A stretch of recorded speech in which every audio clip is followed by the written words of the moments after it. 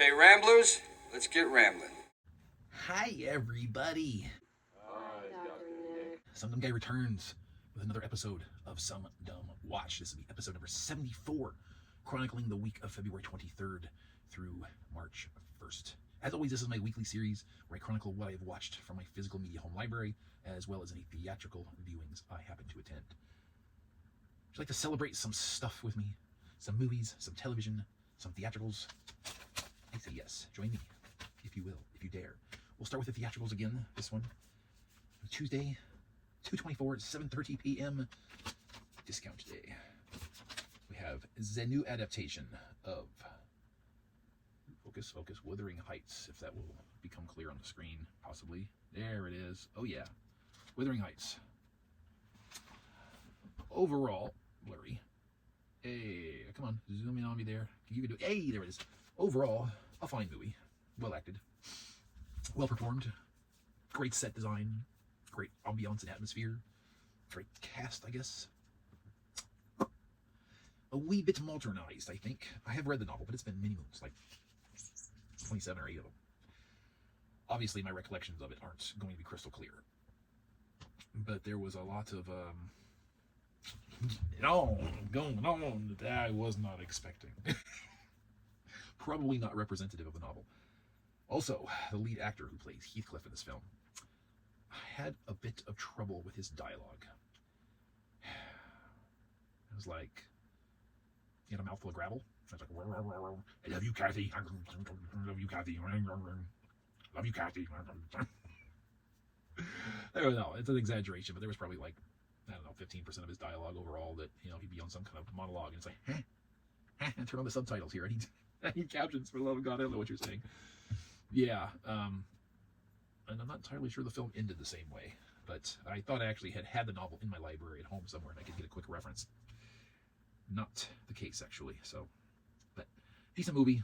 Certainly had no objections to it. It was a good ride. It was enjoyable. Over 2 hours, like 2 hours and 15 minutes, something to that effect. Which stuff, though?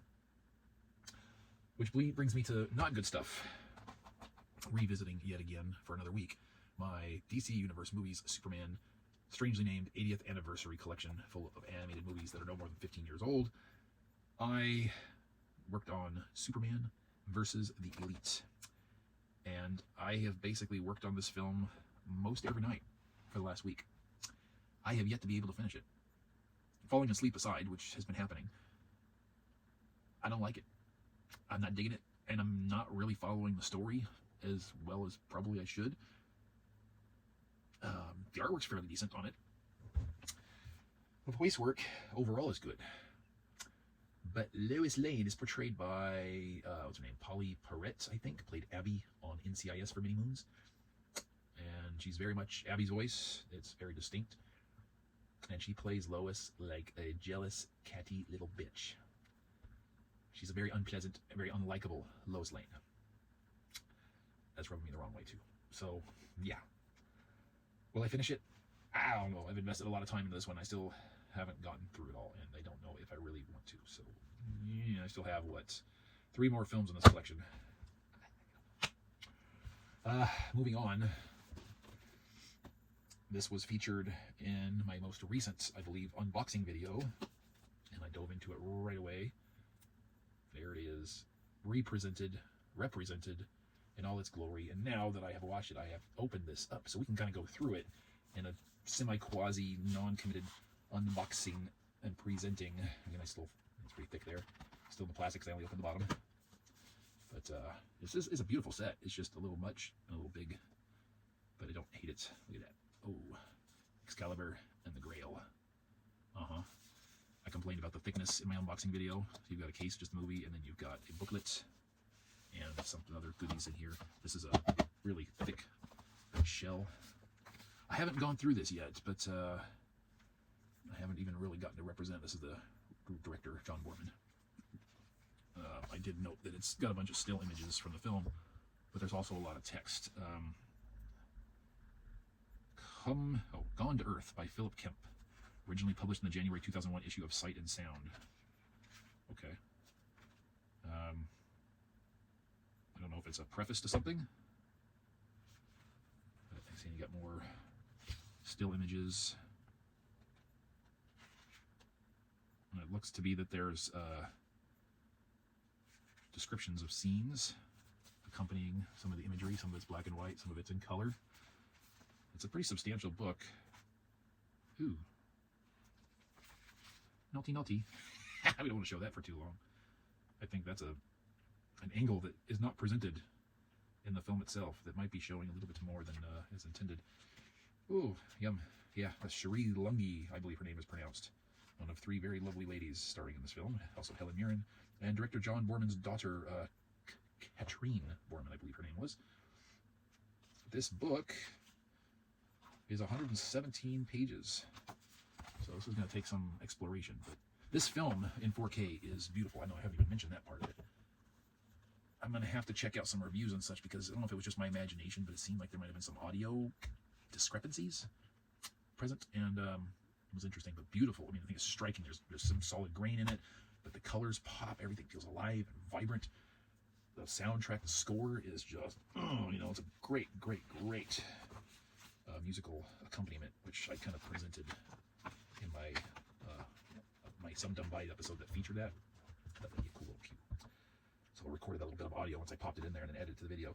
This also comes with a two-sided poster. I'll come back a little bit to present one of its kind of a landscape image here, which is very cool. I remember this imagery back in the day. It says, forged by a god, foretold by a wizard, found by a king. Excalibur, John Borman's Excalibur, and then all the people that are in it, so forth and so on. And then on the back, you have the traditional movie poster. New poster smell. Very interesting. Same tagline in the top corner, pretty much the same information on bottom. I guess it's rated R. Who'd have thought? So my last in that video, my last unboxing video. Yeah, last video, or maybe the one you haven't seen yet, the one I've recorded but hasn't posted yet. I am trying to solicit some suggestions, inspirations, ideas, perspectives from my viewers here in my ever-adjusting little world here of desk, cubicle, work area, film set, so forth and so on. I've recently added the shelving unit, which is for movies and television, whatever. The back faces inward. Movies are facing that way. And as a result, I've got this unsightliness here. I'm trying to figure out what to do with it. Dress it up. And I need thoughts. One of the things I came up with and presented as a possibility was a movie poster or two, if I have them floating around. I think I would need something a little bit more in, this area as far as covering it than maybe putting a poster on top. But it would help a little bit this way with it. I don't know. And of course, depending on where my camera angle is and what you guys can actually see from your perspective, that's going to vary until I figure out exactly where I want to have this thing set up and record from what angle, dead on over here, off to the side, coming to this, whatever. But anyway, I can't put more shelving on this side because it would come out and interfere with this, which I already have basically on this side here with this shelving unit. It comes out, and I lose a good, 5 inches on 4 different of the bottom shelves down here that I can't utilize because of that. So I'd rather not suffer the same fate over here, and it might make my cubicle a little bit too narrow for my taste. So thoughts, opinions, suggestions are all welcome. Anybody has any ideas, please word box them below. And then of course you have the case, right? There's another image from the other poster. So you have the main poster image on the main slipcover, like that. So basically there's both of your posters. Very cool. Great artwork. Standard thick Arrow video case of UK variety origin, which I'm never a big fan of because we don't need our entries in our library to be this big. So we have a 3-disc collection. Disc 1 is the feature of the film in 4K. Disc 2 is a Blu-ray of extras. And Disc 3 is a bonus limited edition exclusive Blu-ray, which is just the 120-minute TV version of the film. Previously unavailable on home video. Not particularly interested in that. It cuts 21 minutes out of the film. And a lot of that's going to be a lot of the goodies. Flesh and bone in more ways than one. We don't want to lose that. Any of it. No way. No how. Now the big question is, though, since I'm not sure I've ever seen this on network TV, for all the cuts, would there be any added footage? You know how that works, right? And supplement stuff that's never found on any other version. Cutscene here, cutscene there. That doesn't make it into the theatrical, but it gets inserted into the TV version, kind of compensating for some of the things that are removed. Original lossless mono audio, Excalibur behind the movie, a 50-minute retrospective documentary in which cast and crew look back on the making of the film. So it doesn't say here if there's any footage, and that is disappointing. That means at some point, I guess I'm just going to have to muster the motivation to give it a watch. be a grave disappointment if there's nothing there that I haven't seen already in the theatrical version of this film. But Excalibur is, for me, an all-time great. I've loved this movie since I was probably, gosh, I don't know, maybe I was a real early teen when I first discovered it. When I first got it on VHS, there were times I'd watch it twice back to back. I mean, literally, like I'd get through the credits and rewind the tape and start it all over again. It's got such great atmosphere. The music, just, it's one of those movies where the soundtrack is as much of a character as the cast is. The green glow light on certain aspects in the film, it's enchanting, it's mystical. The dialogue's great. I can practically recite the dialogue still to this day as I'm going through watching the movie along with it. It's just, yeah. And moving on, I've now completed disc 3 of season 2 of Star Trek Enterprise. I only got one episode in this week because I've got some extracurricular activities going on that have limited my time here. And speaking of which, almost forgot one, but we're still in TV land, so that's okay. Got to finish the second half of Lonesome Dove on Wednesday. Final 3 hours of this epic Western miniseries that cannot come more highly recommended by me. If you like Westerns and you like this cast, Robert Duvall, Tommy Lee Jones, Katie Clever, Diane Lane, Robert Ulrich, Steve Buscemi, Dee Swinney, Sweetie, Rick Schroeder, Chris Cooper. It's tragic and it's beautiful and it's incredibly well done. Oh yeah. Lastly, I had this really strange urge Thursday. I was down, not really getting a whole lot done. I was ill and sapped of motivation to do a whole lot. I did get tinker around at home, some light stuff, but I had this urge to watch an episode, one single episode, for whatever reason. And I did. And in the process of such, I ended up with a lap kitty. I'm loath to disrupt the lap kitty. So, when that episode was over, I was forced to watch 2 more until Lap Kitty departed. And, well, I pulled out this. It's my Star Trek The Next Generation Blu-ray collection. This case here contains seasons 1 through 4. 5 through 7 are in their own separate case. And I had an inkling to watch the episode Yesterday's Enterprise, which is really great and also has a few flaws. But overall, damn good film, or damn good episode of TV, very entertaining, very engaging. When it was over and I couldn't do anything else, I then watched The Hunted and The High Ground. And Kitty left. So, fortunately, there were 2 more episodes on this disc, so as I back up. But I didn't have to continue on. Not that I would have a problem. I love Star Trek The Next Generation. Don't get me wrong on that. I just had other things I wanted to do.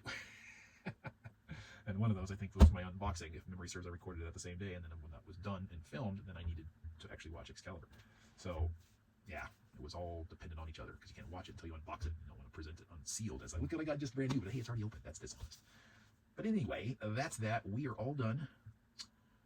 It's time to chill and relax for the evening and do some editing, get this posted. Hopefully, I can get this week's up according to schedule. I like to have these premiere Monday mornings, 3 a.m. Eastern time, or Western time, Pacific time.